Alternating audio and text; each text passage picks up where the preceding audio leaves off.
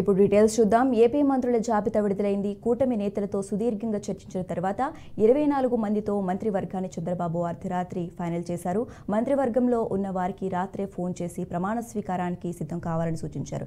రాష్ట్ర కేబినెట్లో జనసేన అధినేత పవన్ కళ్యాణ్, నారా లోకేష్, అచ్చెన్నాయుడు, కొల్లు రవీంద్ర, నారాయణ, నాదెండ్ల మనోహర్, వంగలపూడి అనిత, సత్యకుమార్ యాదవ్, నిమ్మల రామానాయుడు, ఎన్ఎండి ఫారూక్, ఆనం రామనారాయణ రెడ్డి, పయ్యవుల కేశవ్, అనగాని సత్యప్రసాద్, కొలుసు పార్థసారథి, డోలా బాల వీరాంజనేయ స్వామి, గొట్టిపాటి రవికుమార్, కందుల దుర్గేష్, గుమ్మడి సంధ్యారాణి, బీసీ జనార్దన్ రెడ్డి, టీజీ భరత్, సవిత, వాసంశెట్టి సుభాష్, కొండపల్లి శ్రీనివాస్, మండిపల్లి రాంప్రసాద్ రెడ్డి చోటు దక్కించుకున్నారు. 25 మంత్రులతో చంద్రబాబు ప్రమాణ స్వీకారం చేయనున్నారు.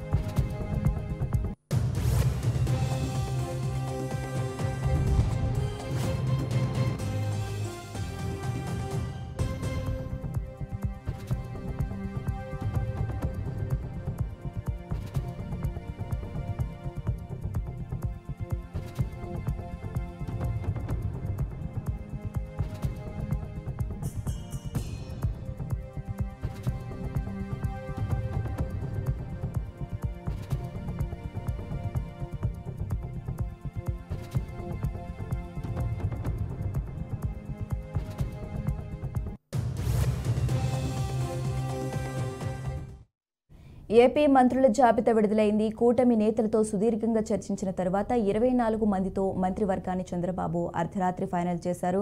మంత్రివర్గంలో ఉన్నవారికి రాత్రే ఫోన్ చేసి ప్రమాణ స్వీకారానికి సిద్ధం కావాలని సూచించారు.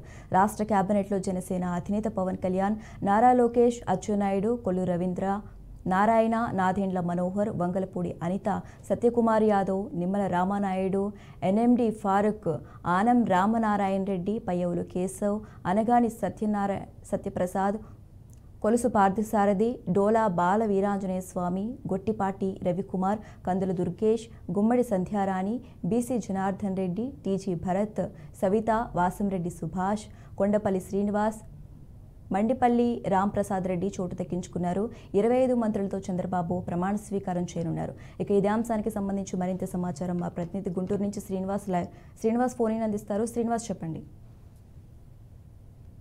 శ్రీక, ఈరోజు ఆంధ్రప్రదేశ్ ముఖ్యమంత్రిగా నారా చంద్రబాబు నాయుడు ఉదయం 10:45 ప్రమాణ స్వీకారం చేయనున్నారు. ఆయనతో పాటు మంత్రివర్గం కూడా ప్రమాణ స్వీకారం చేయడానికి శ్రీకారం చుడటం జరిగింది.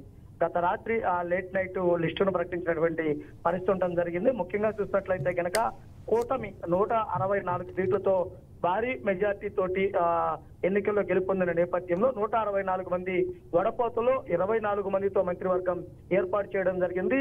ఆ ముఖ్యమంత్రితో 25 మంది ఈ రోజు ప్రమాణ స్వీకారానికి సిద్ధం కావడం జరిగింది.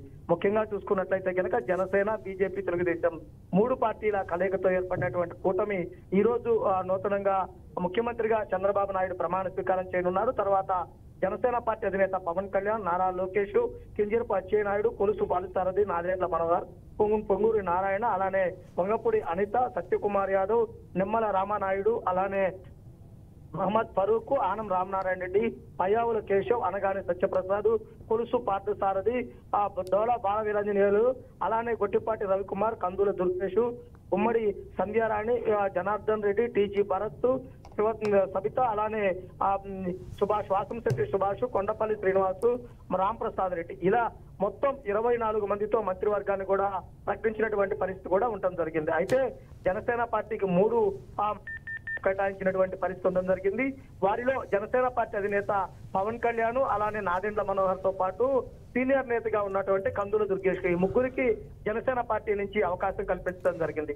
ఇక బీజేపీ పార్టీ నుంచి 8 మంది విజయం సాధించున్నారు. వారిలో విపరీతమైనటువంటి పోటీ ఉన్నా కానీ బీజేపీ కేంద్ర నాయకత్వం దృష్టి సారించిన తర్వాత సీనియర్ నేతగా ఉన్నటువంటి సత్యకుమార్ కు అవకాశం ఇవ్వడం జరిగింది. అంటే సత్యకుమార్ అనంతపురం జిల్లాలో ధర్మవరం నుంచి విజయం సాధించున్నాడు. ఆయనకి ఈ కేబినెట్ లో మంత్రి పదవి ఇవ్వడం జరిగింది. అయితే ముఖ్యంగా చూసుకున్నట్లయితే కనుక ఈ రోజు దేశ ప్రధానితో పాటు అనేక మంది ప్రముఖులు, సినీ గ్లామర్ ఉన్నటువంటి నేతలు, దాదాపుగా 7-8 మంది రాష్ట్రాలకు సంబంధించినటువంటి ముఖ్యమంత్రులు కూడా ఈ మంత్రివర్గ ముఖ్యమంత్రి ప్రమాణ స్వీకారానికి హాజరు కానున్నారు. ఇప్పటికే ఏర్పాట్లు మొత్తం కూడా సిద్ధం కావడం జరిగింది. గన్నవరం విమానాశ్రయ సమీపంలో ఉన్నటువంటి అక్కడ ఏర్పాటు చేసినటువంటి సభాస్థలి మొత్తం పూర్తి స్థాయిలో కూడా సిద్ధం కావడం జరిగింది. అయితే ముఖ్యంగా చూసుకున్నట్లయితే విజయవాడ అంతా కూడా ఈ రోజు విఐపి ప్రముఖులతోటి కలకలలాడుతున్నటువంటి పరిస్థితి.